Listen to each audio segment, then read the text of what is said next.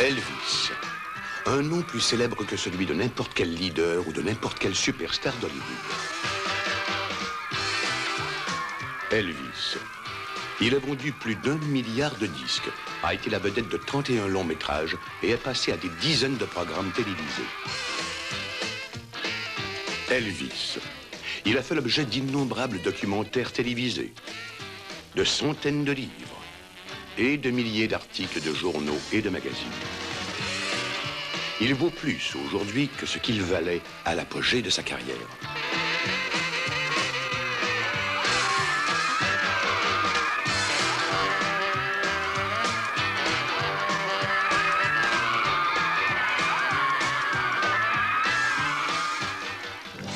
Elvis Presley génère encore des revenus de plus d'1 demi-milliard de dollars chaque année.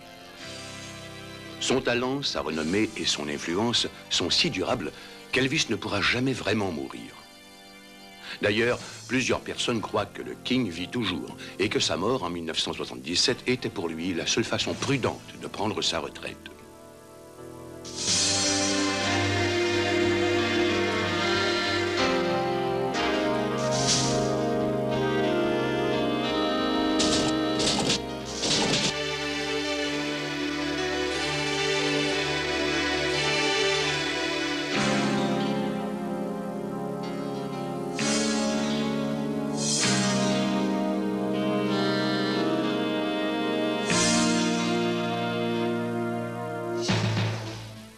Pendant plusieurs années, des rumeurs persistantes ont voulu qu'Elvis soit encore en vie. Dans quelques instants, vous allez entendre les témoignages de détectives privés, d'anciens agents fédéraux et d'exégètes qui détiennent des preuves renversantes que le King est encore en vie.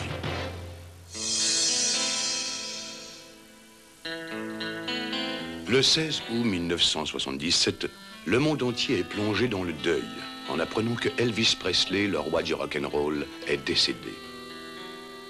Il y a eu les documents, le cercueil ouvert, les bulletins de nouvelles, un cortège funèbre interminable et même un acte de décès.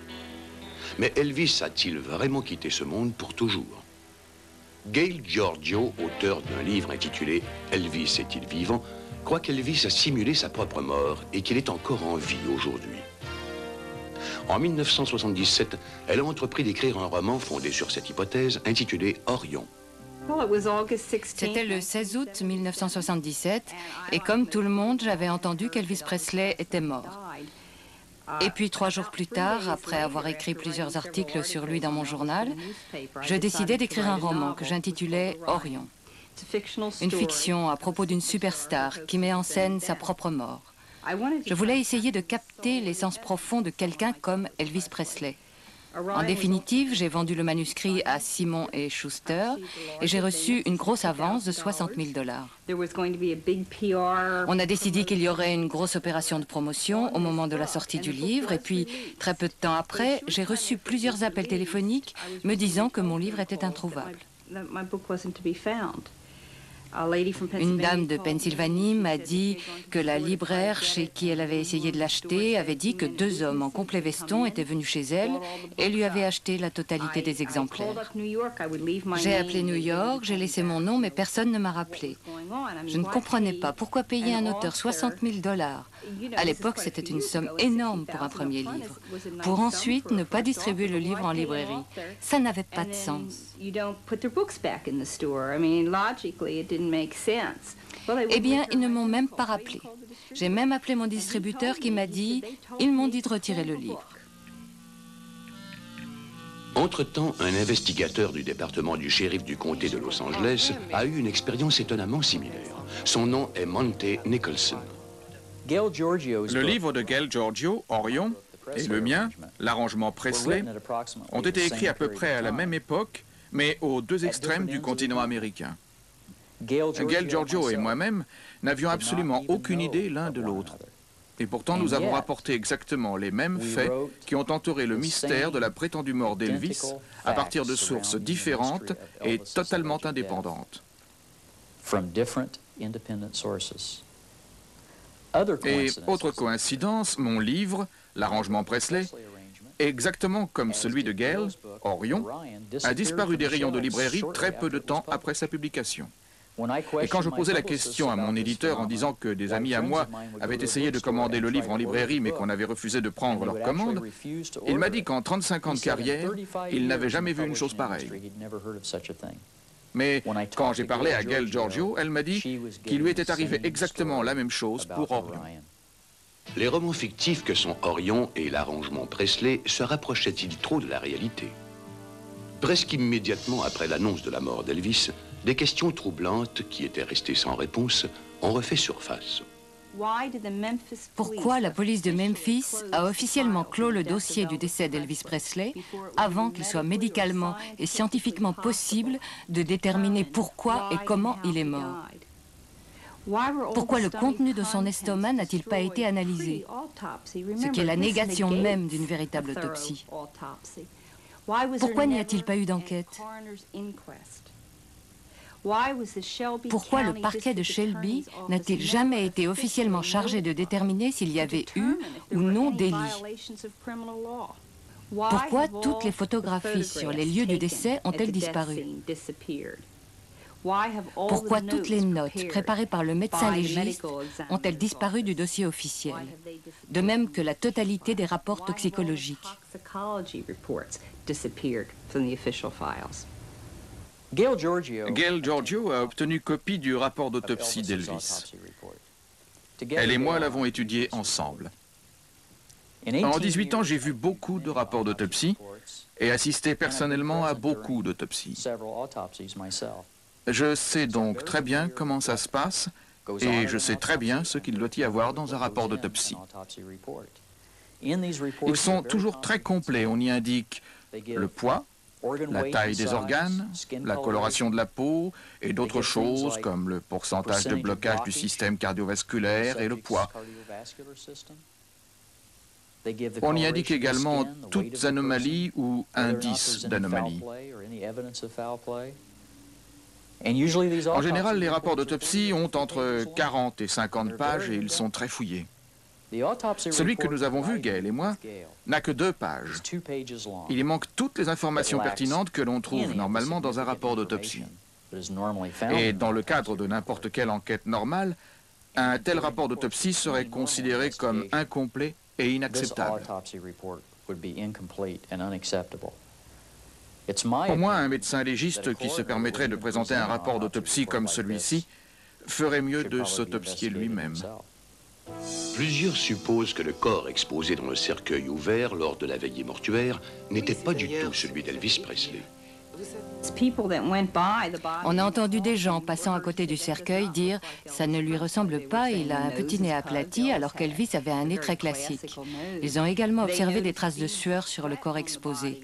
Or, comme vous le savez, les cadavres ne transpirent pas. Gene Smith, le cousin germain d'Elvis Presley, a été très proche du King tout au long de sa vie. Lui non plus n'a pas cru que le corps qui reposait dans le cercueil ouvert était celui de son cousin, Elvis Presley.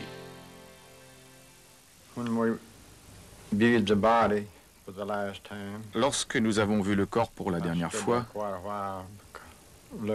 je l'ai longuement observé, et en particulier ses mains.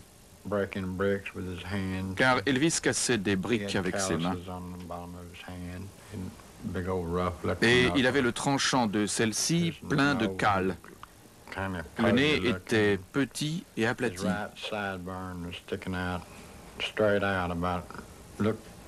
Il avait un favori droit qui faisait au moins 3 cm. Et on aurait dit qu'on lui avait collé les cheveux au front. Tout ça faisait très bizarre.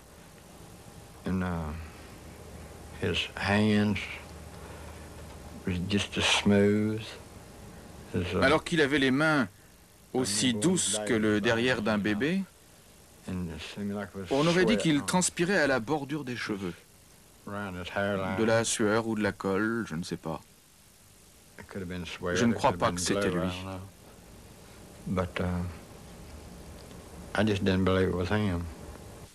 Maria Columbus, coprésidente d'un des plus vieux clubs d'admirateurs d'Elvis, a été choquée en apprenant la mort d'Elvis. Elle a immédiatement contacté le père d'Elvis, Vernon Presley.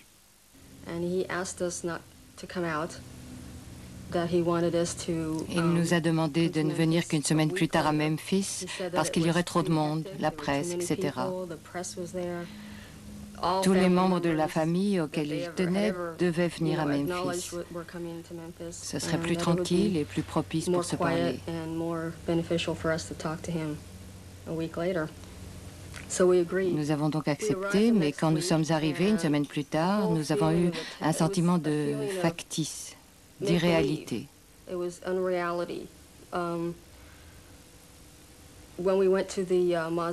Et au mausolée, c'était carrément l'atmosphère de carnaval. Il y avait des gens qui vendaient du pop-corn et des boissons, ça courait dans tous les sens.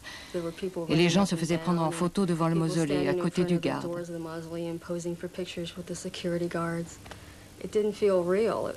Ça avait l'air irréel, c'était comme un jeu. On ne ressentait pas l'esprit d'Elvis. C'était froid comme un énorme canular. C'est cette semaine-là que nous avons eu copie de l'inventaire des biens d'Elvis. Il faisait 84 pages, mais il en manquait au moins autant. Énormément de choses avaient été omises. C'était censé être l'inventaire de tout ce qu'il y avait à Graceland à ce moment-là. Or, il n'y avait ni photo de sa mère, ni photo de sa fille. Il n'y avait pas ses journaux personnels, il manquait la plupart de ses bijoux, il n'y en avait que 4 ou 5. Alors que chacun sait qu'Elvis adorait les bijoux et avait une quantité astronomique d'anneaux, de montres, de colliers, de pendentifs. Or, il n'y avait rien de tout cela. Il manquait plusieurs de ses voitures, un avion. C'était incroyable. Et on a parlé à des femmes qui étaient encore là et qui avaient vu Elvis sur son lit de mort. Elle disait que ça n'avait pas l'air d'être lui. L'emplacement même de la tombe a fait naître des doutes dans l'esprit de Maria.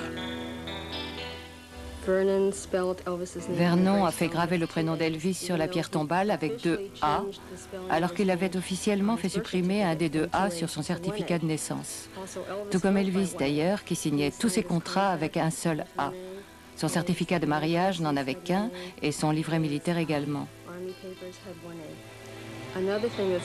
Il y avait une bizarrerie, c'est l'emplacement de sa tombe.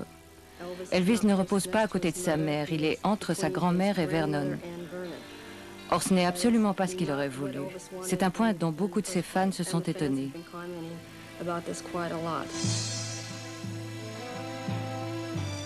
Mais y avait-il des preuves qu'Elvis était encore en vie? Environ 4 mois après l'annonce de la mort d'Elvis, Mike Joseph et sa famille sont venus à Graceland pour examiner et photographier la tombe d'Elvis. C'est à la Saint-Sylvestre 1977 que j'ai amené ma femme, mon fils et mon neveu à Graceland. On venait d'y ouvrir le jardin des souvenirs où était enterré Elvis. On est resté à peu près 1 heure là-bas et puis on est rentré chez nous. J'ai fait développer les photos, je les ai regardées, puis je les ai rangées. Un jour, après avoir lu un livre, j'ai décidé de revoir ces photos. Je les ai ressorties et à ce moment-là, j'ai remarqué sur l'une d'elles quelque chose que je n'avais jamais vu durant toutes les années où je les avais regardées. Il faut dire que je ne les avais pas vraiment étudiées. La lumière du soleil éclairait cette photo de telle manière qu'on apercevait une image, une ombre dans l'encoignure de la porte. Par pure curiosité et sans aucune arrière-pensée, j'ai voulu savoir de quoi il s'agissait. J'ai pris la loupe de mon fils, je l'ai éloignée petit à petit de la photo, jusqu'à obtenir une netteté suffisante. Et j'ai été littéralement sidéré. Je n'en croyais pas mes yeux. Je voyais Elvis assis sur le porche et regardant ses fans défiler devant sa tombe. J'ai fait examiner le négatif par Kodak, qui a confirmé que c'était des originaux, qu'ils n'avaient absolument pas été trafiqués et correspondaient exactement à la séquence de la pellicule d'origine.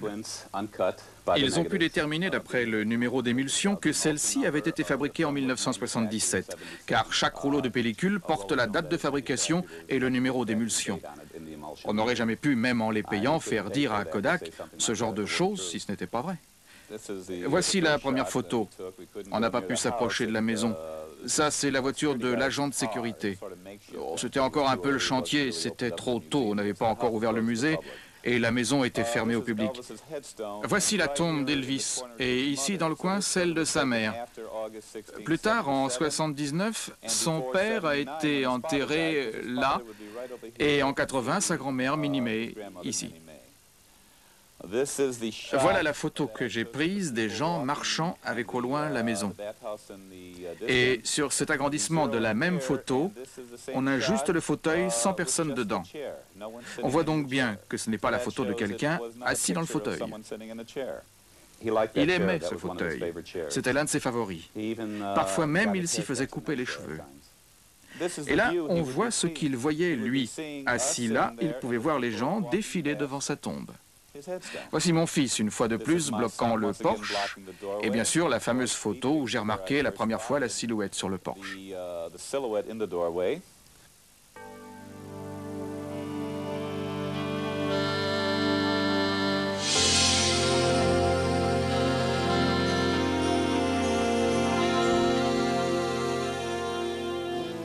Monty Nicholson a également vu une photo, supposément prise après la mort d'Elvis.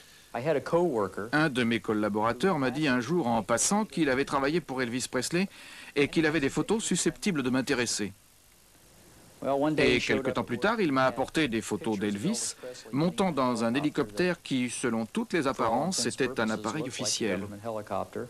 Il était entouré d'hommes dont tout laissait à penser qu'ils étaient des agents fédéraux. Blazer, fil dans l'oreille, etc. C'était une photo intéressante, mais pas fondamentalement révélatrice dans la mesure où chacun savait qu'Elvis travaillait comme officier de police honoraire pour de nombreuses agences de police dans tout le pays. Ce qui était intéressant et curieux, c'est que cet homme prétendait que cette photo avait été prise plusieurs heures après le décès officiel d'Elvis à Graceland Mansion. C'était donc naturellement très curieux et j'ai commencé à envisager d'écrire un roman. Au cours de mes recherches pour celui-ci, j'ai eu de longues conversations avec le garçon qui m'avait montré ces photos durant les quelques 6 à 8 mois où nous avons travaillé ensemble. Et puis il a quitté le département et quelques mois après, je ne pensais plus du tout à lui. Mais c'est lui qui avait les photos et pas moi. Je n'avais donc aucun moyen de vérifier la pertinence des dates, mais à l'époque, comme je n'écrivais qu'un roman, je n'en avais pas besoin. Pour moi, ça n'avait pas d'importance. C'est plus tard, à mesure que je recueillais de plus en plus d'informations, que je me suis dit que ce serait important de trouver un moyen de vérifier la date de ces photos, car j'étais peut-être sur la piste du plus grand mystère de la décennie. J'ai donc essayé de recontacter cet homme et, lorsque je l'ai retrouvé, il a nié m'avoir jamais montré ces photos et avoir quoi que ce soit à voir avec Elvis Presley. À l'époque, je lui ai dit, « Écoutez, je ne suis pas fou, je me rappelle parfément de nos conversations et je dois impérativement vous voir pour discuter avec vous. Est-ce que vous êtes d'accord ?» Il a accepté et il m'a donné une adresse et un numéro de téléphone où on pouvait le contacter. Et nous nous sommes mis d'accord sur un jour et une heure de rendez-vous.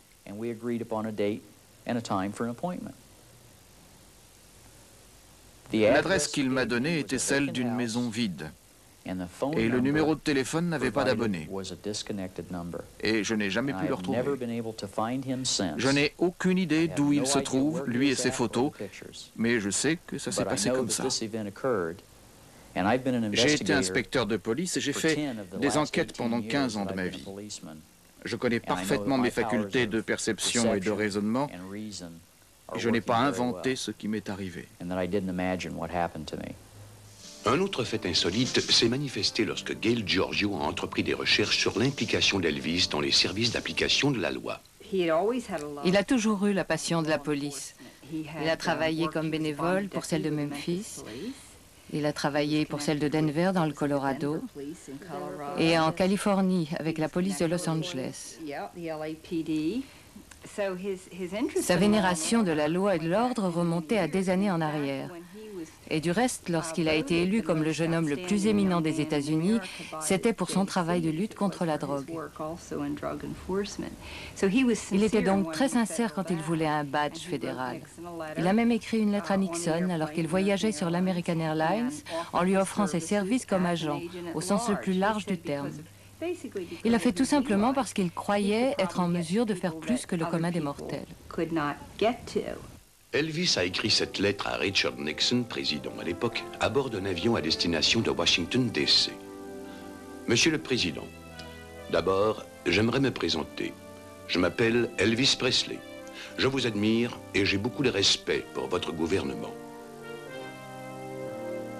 J'ai parlé au vice-président Agnew à Palm Springs la semaine dernière et lui ai exprimé l'intérêt que je porte à notre pays. Le monde de la drogue, les éléments hippies, le SDS, les panthères noires, etc., ne me considèrent pas comme leur ennemi, ou ce qu'ils appellent l'establishment. Moi, j'appelle ça l'Amérique et je l'adore. Monsieur, je ferai tout ce que je peux pour aider notre pays. Je n'ai aucun intérêt ou motif autre que celui de servir notre pays.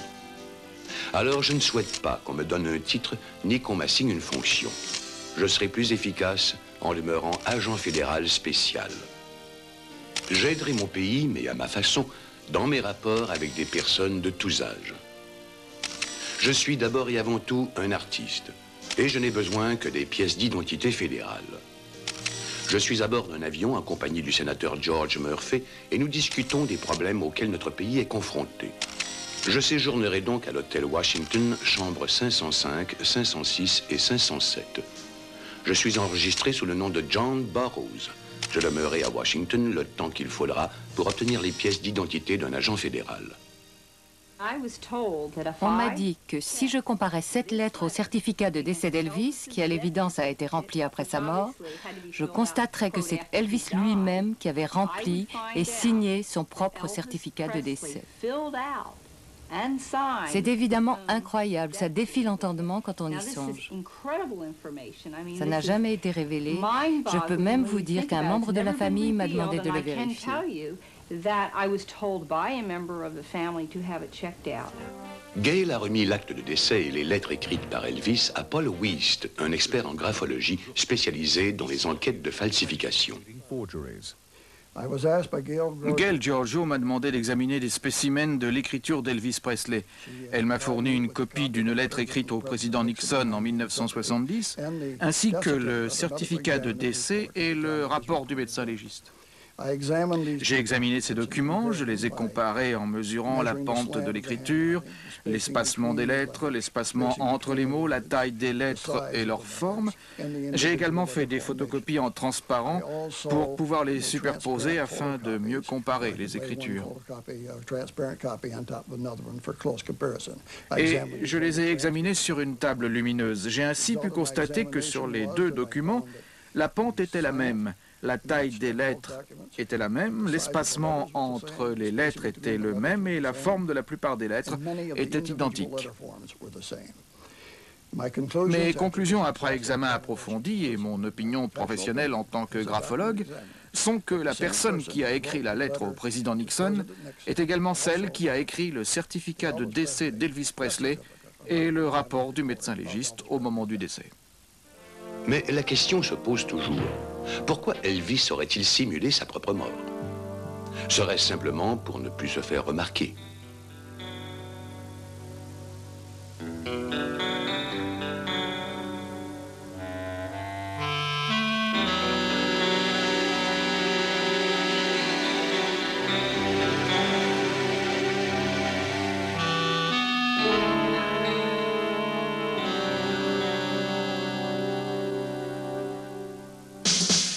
Ou serait-ce peut-être, comme plusieurs le supposent, parce qu'Elvis était impliqué dans les affaires fédérales et celles de l'État, telles que la Drug Enforcement Agency, un service de lutte anti-drogue. En 1970, Elvis a reçu une plaque du président Richard M. Nixon. Nous savons qu'il ne s'agit pas seulement d'un badge honorifique. Il y a eu, par exemple, un article de Jackie Anderson dans le Washington Post révélant qu'Elvis avait été assermenté comme agent fédéral. Je pense qu'il a délibérément minoré son rôle pour plus d'efficacité en tant qu'agent occulte. Maria Columbus a aussi effectué des recherches sur la vie d'Elvis. J'avais visité Graceland et remarqué dans la salle des trophées un certificat d'appréciation décerné à Elvis par le gouvernement. J'ai écrit au bureau concerné en demandant pourquoi Elvis avait obtenu ce certificat. C'était en 1982 et j'ai reçu une réponse d'un monsieur Pritchett me disant qu'Elvis avait fourni une couverture à un agent du service des stupéfiants entre 1974 et 1976. L'homme, qui était musicien, était censé faire partie de son orchestre. The man was a musician and posed as part of his band. Elvis is connected also with President Carter. Elvis a également été en contact avec le président Carter. Nous savons par plusieurs biographies que 15 jours avant le 16 août, le FBI a organisé une conversation téléphonique entre Elvis et le président Carter. Elvis a donc été en contact avec 2 présidents des États-Unis. Alors je ne sais pas en ce qui vous concerne, mais moi, je n'obtiendrai pas aussi facilement un rendez-vous. Si je voulais parler au président Carter, je ne crois pas qu'il me suffirait d'appeler le FBI en disant « passez-le-moi ».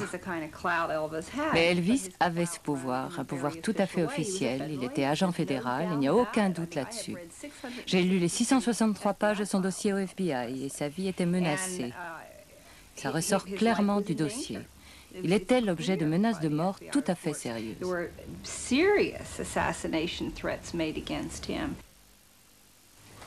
Nous avons pu voir dans les documents que Gail Giorgio a obtenus du FBI qu'Elvis était l'objet de nombreuses menaces de mort. Certaines émanent de personnages connus du milieu, et chacun savait qu'un agent secret se dissimulait parmi les membres de son orchestre. Ce sont ces fonctions officielles d'Elvis, ces menaces de mort et le fait que cet agent se cachait dans son orchestre qui nous incitent à penser qu'il y a une forte présomption qu'il ait été pris en charge par le programme de protection des témoins.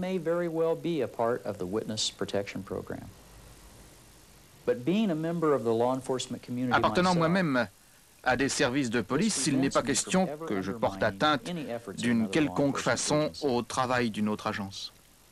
Cela m'interdit également de vous donner la réponse à cette question, dont je sais qu'elle reflète la vérité.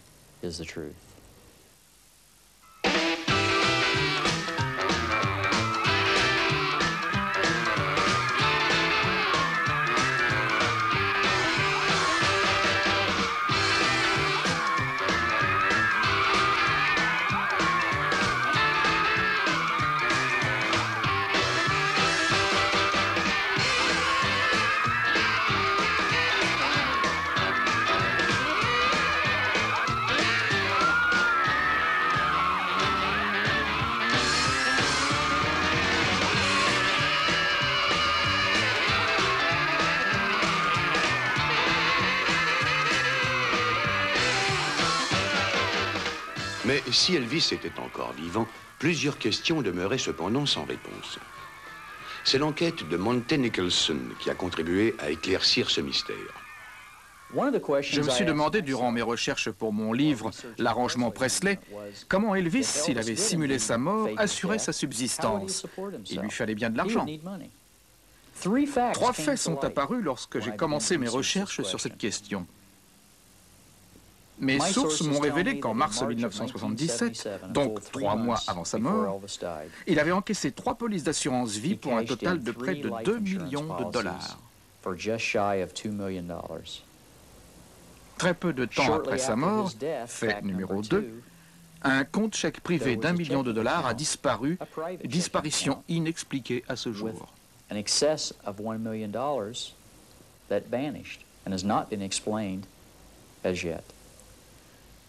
Troisième fait, il subsiste une police d'assurance qui n'a toujours pas été encaissée. Or, qu'est-ce que ça signifie sinon simplement ceci?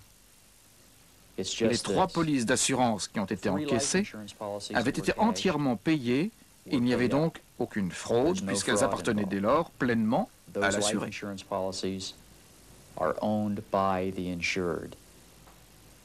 En revanche, la troisième police n'était pas complètement payée. Si donc un héritier survivant l'encaissait et que la personne assurée était toujours vivante, ce serait une escroquerie à l'assurance.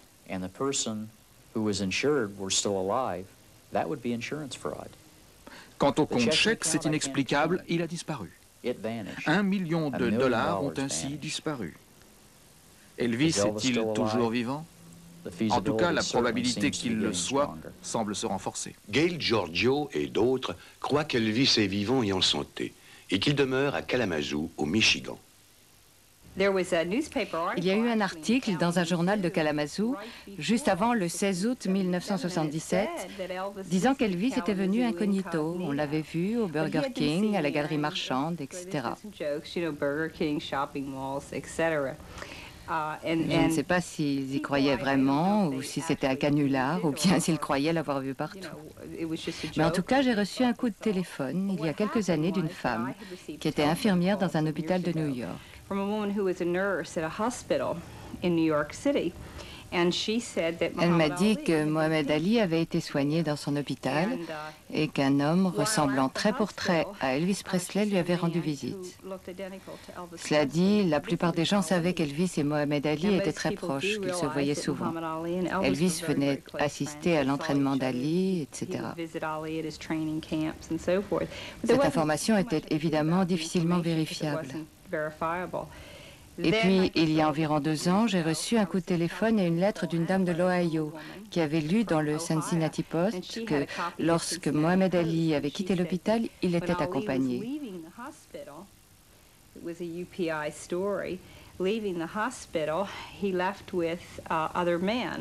C'était un jeudi soir, l'un de ces hommes était Jesse Jackson, il y avait un deuxième homme non identifié, Mohamed Ali, et un 4e homme qui ressemblait à Elvis Presley.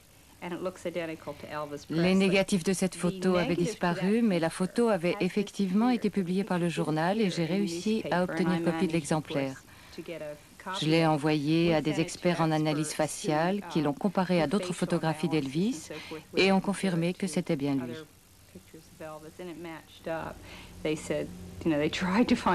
Ils n'ont pu mettre en évidence aucun trucage, ils ont mesuré par exemple la distance du nez aux lèvres, etc.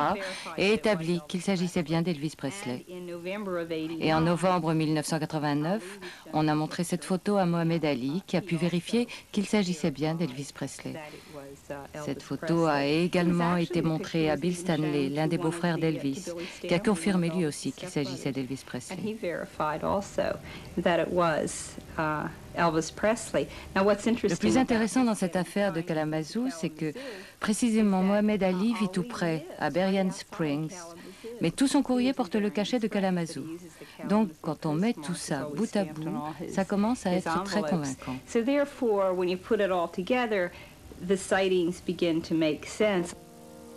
En 1980, Maria a reçu un enregistrement d'un autre homme qui menait une enquête sur Elvis, Stephen C. Chances. La cassette contenait un enregistrement récent supposément fait par Elvis Presley.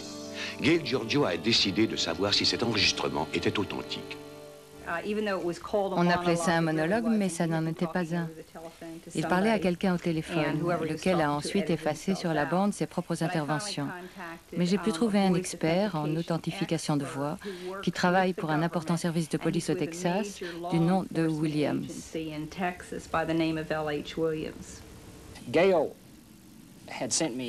Gail m'a envoyé une copie de la transcription de l'enregistrement qui faisait 4 pages. J'ai également demandé des copies d'enregistrements connus d'Elvis Presley et j'ai suivi les procédures établies lors de l'enquête sur l'affaire du Watergate aux fins d'authentification.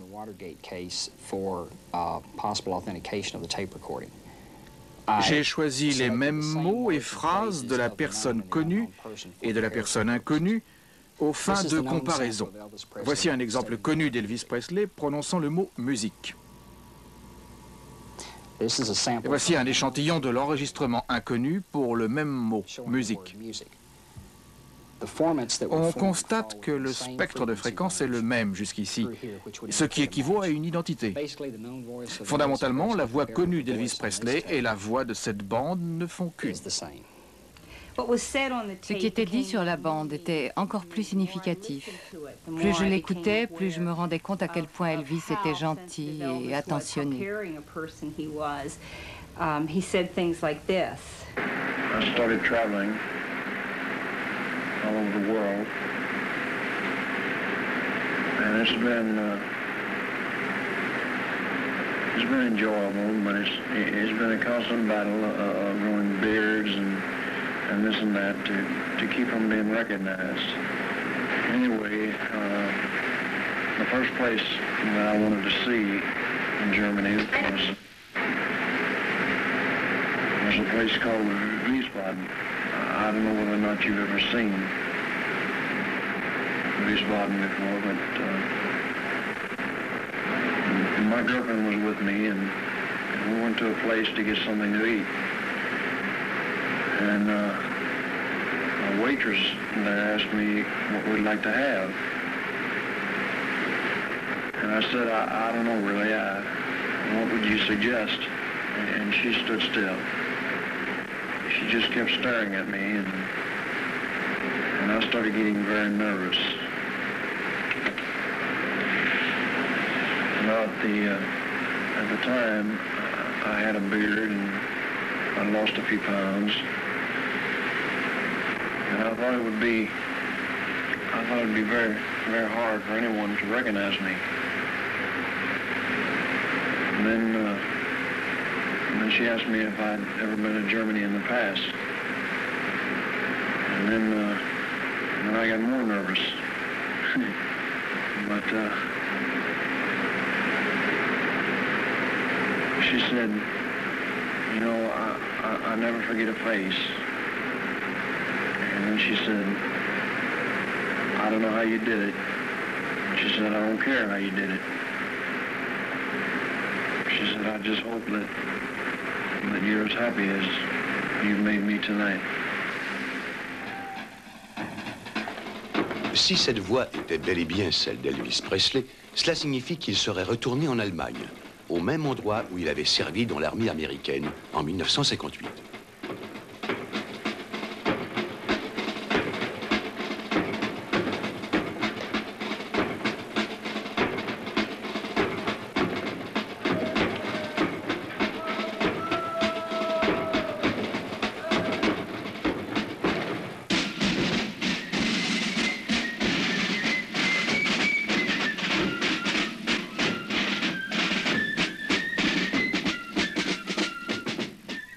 Elvis, you don't get out of the Army until 1960. If rock and roll should diminish in popularity or even disappear, what would you do? Well, I would probably try acting. I mean, you know, I would try to make good as an actor, although it's a tough field to break into, acting, because you got so much competition. L'incorporation d'Elvis dans l'armée a brisé le cœur de plusieurs adolescentes. Then off for 18-month service in Germany. Assigned to the 3rd Armored Division, Private Elvis will drive a light truck.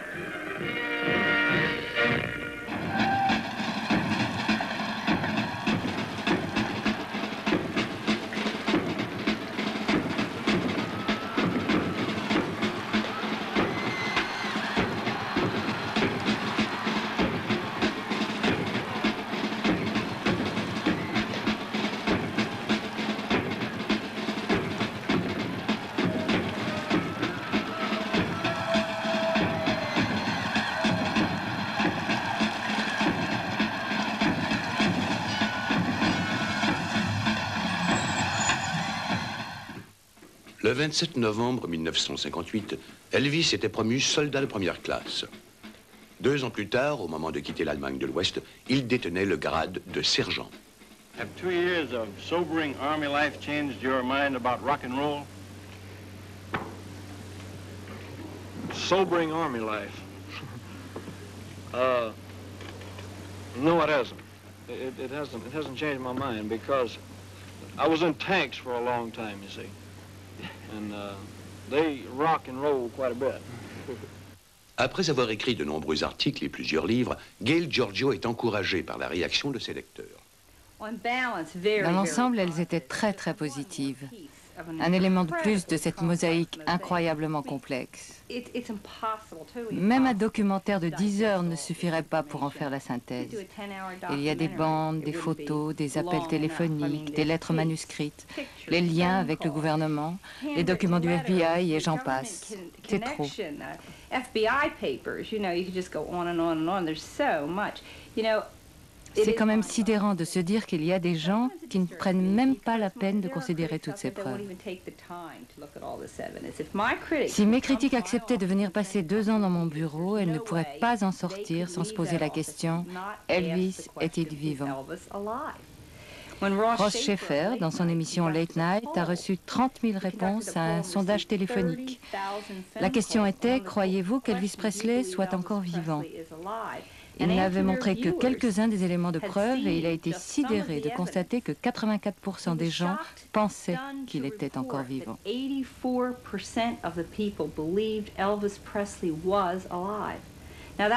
tous les autres sondages ont donné le même résultat.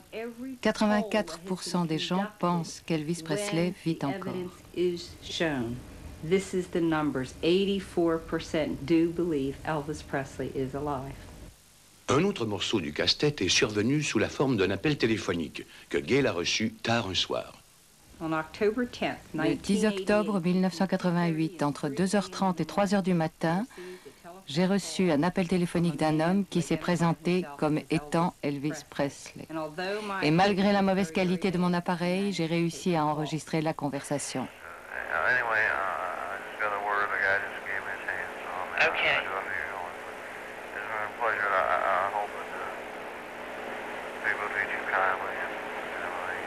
Well, I know they can be very cruel. It's even worse. I thought they were cruel to me when I was a kid, but compared to today, they were nicer back then. Yeah, I know. Well, they're very cruel. Well, you may have to help me out because a lot of people were. But don't you worry, I mean, people like you listen to all people. You'll have a lot to laugh. I know. I'm going to have... And I can sit back here, but you can sit there and say, well, I wish that was true. So I can sit back and say, I know it's true. There's something dramatic happening. But see, I know what's going to happen. All right, man, it was very nice talking with you, and I hope good luck with your writing career and everything. Well, thank you. But God bless you. It's great. Okay. You too. God will take care of us all. That's true. Whatever card he deals us, we're going to play it. That's right. So God bless you, man. Well, thank you. Have a good night now. Elvis est-il vraiment encore vivant? Il semble y avoir assez de preuves à cet effet. L'écriture d'Elvis semble apparaître sur son propre acte de décès. Il y a des doutes concernant la dépouille d'Elvis, non seulement dans l'esprit de ses admirateurs, mais dans celui de son cousin également. Mais alors, à qui appartenait le corps dans le cercueil d'Elvis? Les rapports d'autopsie et les enquêtes officielles sur la mort d'Elvis semblent soulever plus de questions que de réponses. L'emplacement même de la tombe est suspect. Il a, à ce qu'on dit, été photographié à au moins 3 reprises après la date à laquelle il est censé être mort. Peu de temps avant sa mort, il a encaissé 2 polices d'assurance vie. Une 3e police n'a encore jamais été réclamée par ses héritiers. Serait-ce parce qu'ils savent qu'il est en vie et qu'ils veulent éviter une fraude d'assurance? Un compte de chèques d'1 million de dollars, des voitures, des bijoux et un jet privé ont disparu, soit un peu avant ou un peu après la mort d'Elvis. Elvis avait obtenu une plaque d'un service de lutte antidrogue et avait permis à un agent fédéral de se faire passer pour un membre de son orchestre de 1974 à 1976. Le King a-t-il été forcé de simuler sa propre mort en raison de son implication dans le Drug Enforcement Agency? Monte Nicholson soutient que cette hypothèse est la plus plausible. Il se peut qu'en aidant l'un de ses proches, impliqué dans un trafic de drogue, Elvis était lui-même victime d'un chantage. On retrouve ce problème de chantage dans tous les rapports du FBI. Et il est tout à fait possible qu'Elvis, ayant été témoin dans une affaire de drogue, il ait fallu ensuite le protéger. Quant à savoir si Elvis a fait partie ou non du programme de protection des témoins, ni Monte Nicholson ni un autre enquêteur du nom de Paul Bishop ne l'affirmeront.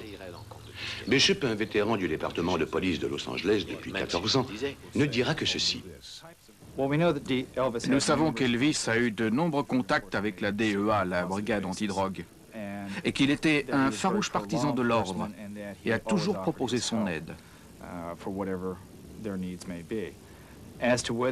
Quant à savoir s'il bénéficie aujourd'hui du programme de protection des témoins, même si je connaissais la réponse à cette question, je ne vous le dirais pas, car ce serait la négation même de la nécessité de le protéger. 13 ans se sont écoulés depuis la mort officielle d'Elvis.